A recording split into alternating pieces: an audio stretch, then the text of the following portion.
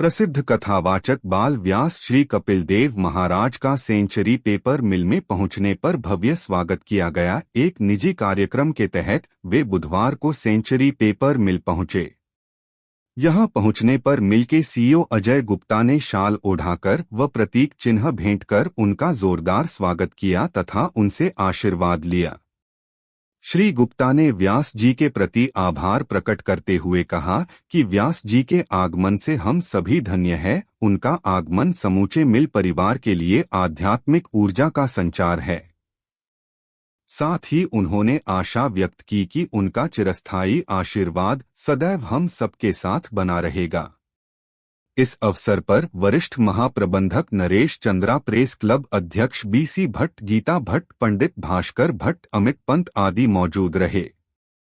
प्रसिद्ध कथावाचक बाल व्यास कपिल देव महाराज ने कहा कि इस कलिकाल में श्रीमद् भागवत कथा का श्रवण करना और कराना बहुत फलदायी होता है।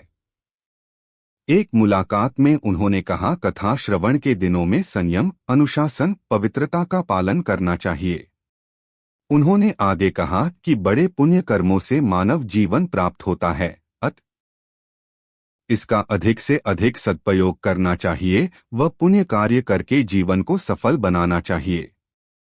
उन्होंने कहा, माता पिता और संतों की सेवा करने और आशीर्वाद लेने से आयु में वृद्धि होती है और सुख समृद्धि आती है।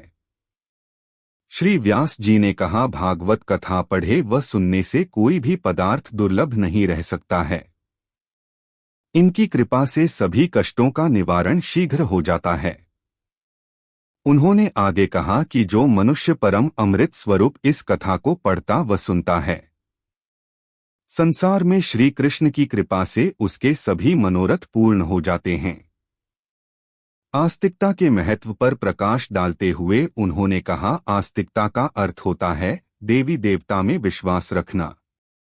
मनुष्य को हमेशा ही देवी देवताओं का स्मरण करते रहना चाहिए। नास्तिक व्यक्ति पशु के समान होता है।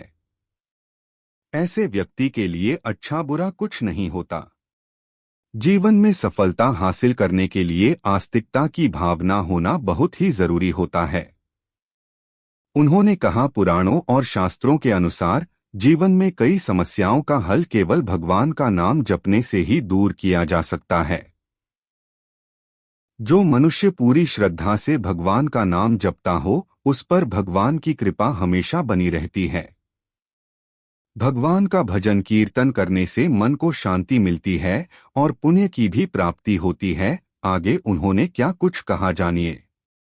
रिपोर्ट रमाकांत पंत। आपसे सबसे पहले आपसे जानना चाहेंगे कि भागवत का जो जिन कथाओं को आप बांचते हैं और भागवत पर आपकी बहुत प्रीति है, शिव पुराण की कथाओं का भी आप बहुत सुंदर वाचन करते हैं और श्रीमद् देवी भागवत और राम कथाओं का भी अपनी सुधामयी वाणी की धार से बहुत ही सुंदर वाचन करते हैं। लेकिन विशेष रूप से आज हम आपसे जानना चाहेंगे कि भागवत कथा का विशेष सार क्या है। सबसे पहले तो मैं आदरणीय समाचार लाइव टीवी समाचार के संपादक हमारे आदरणीय रमाकांत जी को मैं नमन भी करता हूँ। बहुत बहुत धन्यवाद, आपको भी नमन है जी। समस्त अपने भक्त वृंदों को राधे राधे कहता हूँ, प्रणाम करता हूँ। आपने बहुत उत्तम प्रश्न किया कि वर्तमान समय में भागवत कथाओं के पीछे क्या संदेश देने का प्रयोजन है, ये आपके कहने का था। लेकिन मैं सबसे यही बात कह रहा हूँ, हमारा सनातन धर्म का एक तो प्रचार हो और सनातन धर्म के प्रचार प्रसार के साथ साथ हमारे घरों में एकता और जो संस्कार परिवारों में होने चाहिए, हमारे बच्चों में होने चाहिए, बालकों में होने चाहिए, और धर्म के प्रति जो आस्था, जो आडंबर से हटकर करके हम कथाओं के वाचनों में कह रहे हैं, जैसे तिलक लगाने का महत्व बता रहे हैं भागवत के माध्यम से, और किस प्रकार से हमको अपना जीवन जीना चाहिए उत्कृष्ट तरीके से, श्रेष्ठ तरीके से, ये सारा जीवन जीने की पद्धति ये सारी हमारे इन शास्त्रों में वर्णित है। और जैसे प्रणाम की एक भावना वर्तमान समय में प्रणाम को लेकर करके, लेकिन हम कथाओं के माध्यम से यही सब संस्कार अपने जो है कथा के वाचन में और दिव्य कथाओं का प्रचार प्रसार इसीलिए क्योंकि जीव को ये कथा नर से नारायण बनाने वाली कथा है। और जिस दिन हमारा ये विश्व गुरु पुनः भारत बन जाएगा, उस दिन जिस दिन प्रत्येक घर में हृदय में भगवान की कथा, भगवान इधर इधर हृदय में वासित हो जाए। और इन सब का प्रयोजन भी यही है कि बस हमारा जीवन, हमारी शैली सरल और साधारण और उच्च विचारों से हो तो हमारा देश सबसे आगे होगा। और यही हमारे सनातन पद्धति की पहचान भी है, धर्म की पहचान भी है। और धर्म की इस ध्वजा को हम सब मिलकर के फहरा रहे हैं और अपने सनातन के लिए कार्य कर रहे हैं। और मात्र 19 वर्ष की अत्यल्प आयु से भागवत के वचनों का जो ये हम लोगों ने कार्य प्रारंभ किया, बस मैं गर्व और गौरवान्वित होता हूं कि मैंने अपना तो जीवन धर्म के प्रति पूरा का पूरा अपना जीवन दे दिया। चलिए, बहुत सुंदर बात आपने बताई कि आप धर्म के प्रति आपने अपना जीवन दिया, धर्म को आपने समर्पित किया। थोड़ा सा बात गुरुजी आपसे कि आपको ये प्रेरणा कहाँ से मिली और आपके पूज्य गुरुदेव कौन रहे और कौन है, किस प्रकार उन्होंने आपको दीक्षित किया और उस दीक्षा के दौरान आप वो क्या अनुभव हुए, उन संतों पे आपकी किस प्रकार कृपा हुई, थोड़ा इस बारे में दो शब्द। सबसे पहले तो जीवन का जो एक मोड़ होता है और उस मोड़ से जीव का जब दिशा भी बदलती है और दशा भी बदल जाती है। ठीक है। ऐसा बाल्यकाल में मुझे बड़ा गर्व है महामंडलेश्वर स्वामी धर्मदेव जी महाराज जी के सानिध्य में, क्योंकि हम लोग रुद्रपुर में थे और बुरारानी क्षेत्र में उनका हमें आशीर्वाद मिला। और उनके वर्तमान समय में आपके गुरुदेव किस स्थान पे हैं? अभी तो जिनसे मैंने गुरु दीक्षा ली है वो हमारे पूज्यपाद शंकराचार्य जी महाराज हैं, जो अभी हमारे जगन्नाथपुरी के मठ पर विराजित हैं। मैं उनको नमन वंदन प्रणाम करता हूँ और उनसे ही मैंने जो है दीक्षा भी ली है। और जिन भगवान की भागवत कथा की जो शिक्षा मुझे मिली वो आदरणीय मृदुल कृष्ण शास्त्री जी हैं। उनका जब मैंने बहुत पुराना भजन राधे राधे रटो चले आएंगे बिहारी और छोटी छोटी गैया छोटे छोटे ग्वाल, मेरा मन वहीं से आकर्षित हुआ।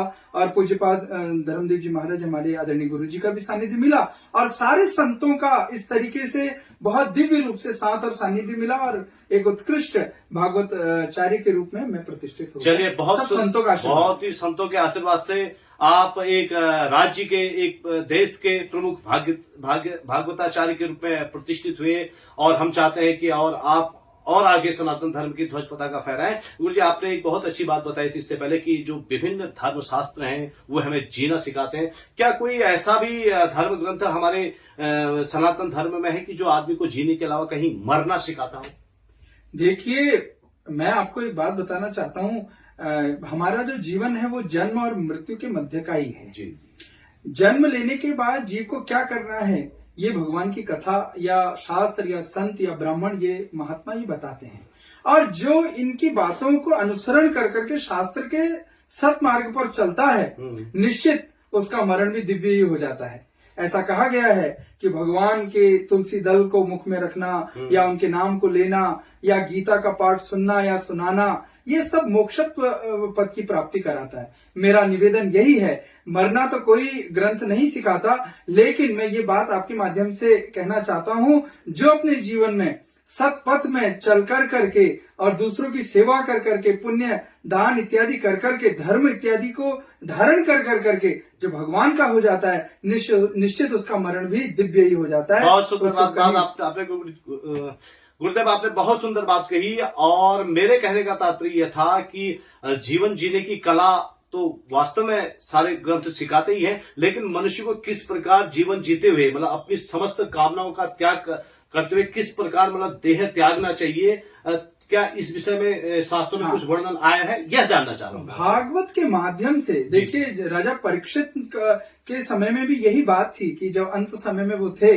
तो उन्होंने सुखदेव जी महाराज से यही प्रश्न किया कि किसका भजन करना चाहिए, अंत समय में किसका स्मरण करना चाहिए, अंत समय जीवन का क्या होता है। देखिए, चरपट मंजरिका स्तोत्र में आदरणीय शंकराचार्य पूज्यपाद महाराज ने भी यही लिखा। जी। अंगम गलितम पलितम मुंडम दशन विहीनम जातम तुंडम व्रत याति ग्रहित्वा दंडम तदपि न मुंचति आशा पिंडम।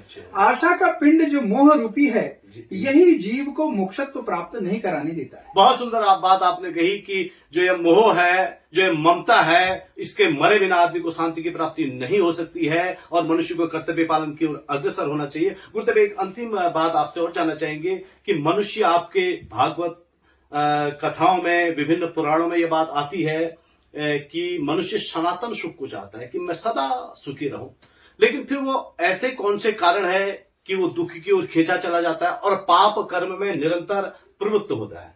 सबसे पहले तो मैं इस बात को केंद्र में रखते हुए आपसे बात कहना चाहता हूँ, मनुष्य देह भगवान ने बड़ी अनमोल दी है।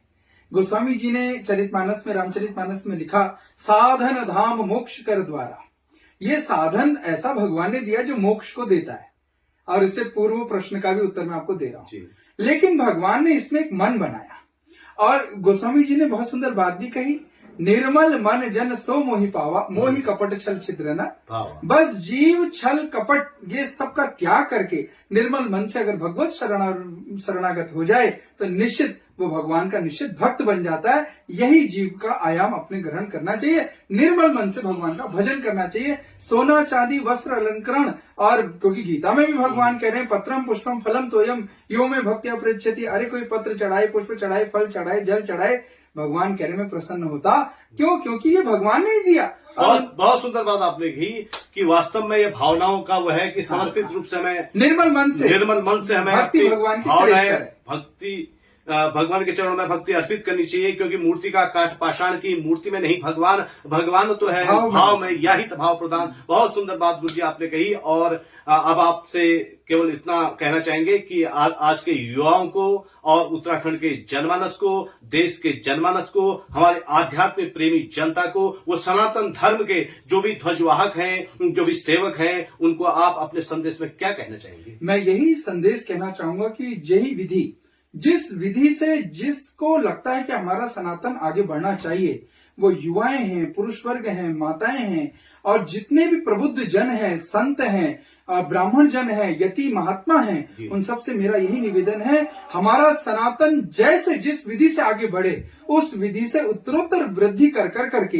अपने सनातन को बढ़ाने का सबका परम कर्तव्य है, और इसका निर्वहन करना चाहिए। सबको अपना कर्तव्य निर्वहन करते हुए भी अपने धर्म को, ध्वजा को निश्चित रूप से धर्म ध्वजा के रूप में जो है गाड़ना ही पड़ेगा, और चाहिए भी, ये कर्म भी होना चाहिए, कर्तव्य होना चाहिए। और संदेश यही है, जैसे हमारे युवा वर्ग जो नशे की ओर जा रहे हैं, उनसे मेरा निवेदन है कि नशे में बिल्कुल ना जाएं, नशा गलत है। और माताओं से और पुरुष वर्ग से मेरा निवेदन है कि केवल अपना समय मोबाइल इत्यादि में न लगाते हुए धर्म में भी अपना समय लगाएं और हम अपने सनातन को आगे बढ़ाएं। यही संदेश। बहुत सुंदर संदेश गुरु जी आपने दिया कि मनुष्य को अपने धर्म का कभी भी परित्याग नहीं करना चाहिए और धर्म पथ पर दृढ़ होकर के चलना चाहिए, क्योंकि धर्म से ही मनुष्य के समस्त पुण्यों की रक्षा होती है और वो दिव्य लोक का भागी बनता है। धर्म मनुष्य को जीवन जीने की कला सिखाता है। ये समस्त सारांश आपने प्रकट किए और राष्ट्रीय न्यूज चैनल लाइव टीवी समाचार से आपने विशेष वार्ता की। और आप थे प्रसिद्ध बाल व्यास, जो अब तक लगभग